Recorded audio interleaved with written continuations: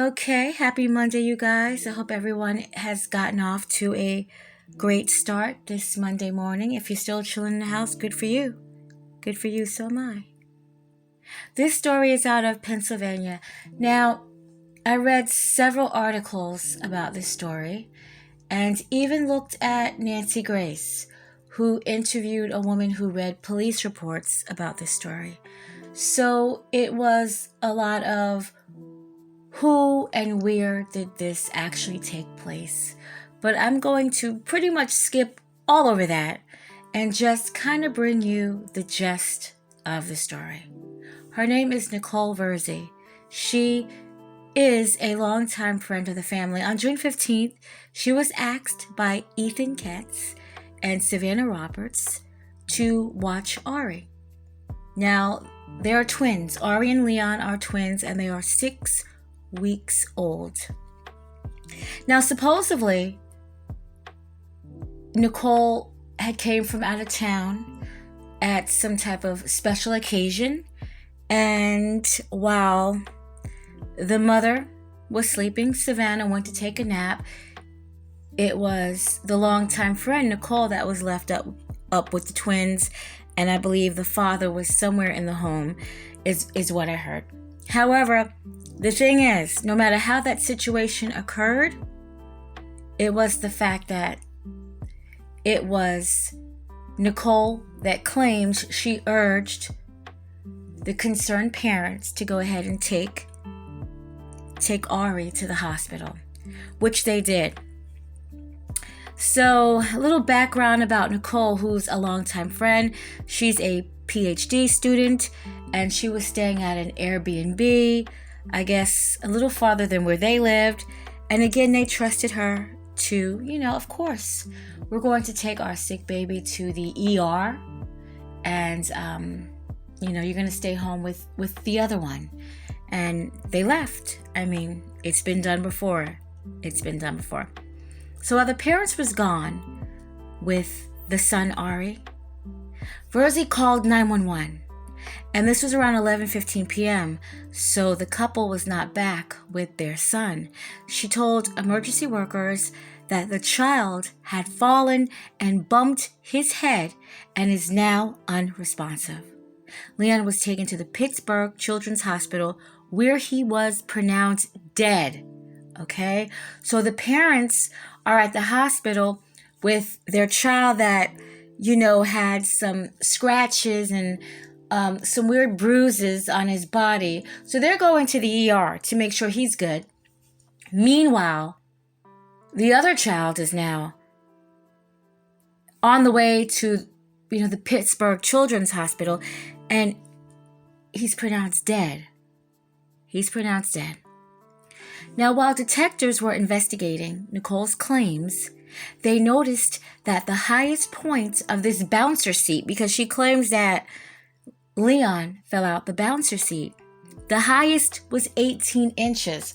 So if you take a ruler and you put it on the floor, that's how high it was. And he was 6 weeks old, and there's a picture of him.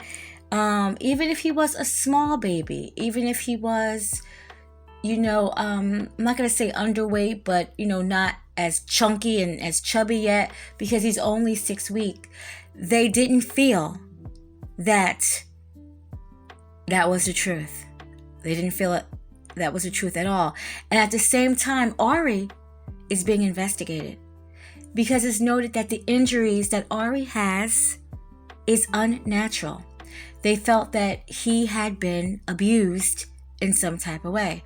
Ari had not only small scratches all over his face, which can kind of be, kind of ignored, because you see the little babies now, they should always have the little gloves on, the little mittens on their fingers, because yes, sometimes they do scratch at their face. They do sometimes.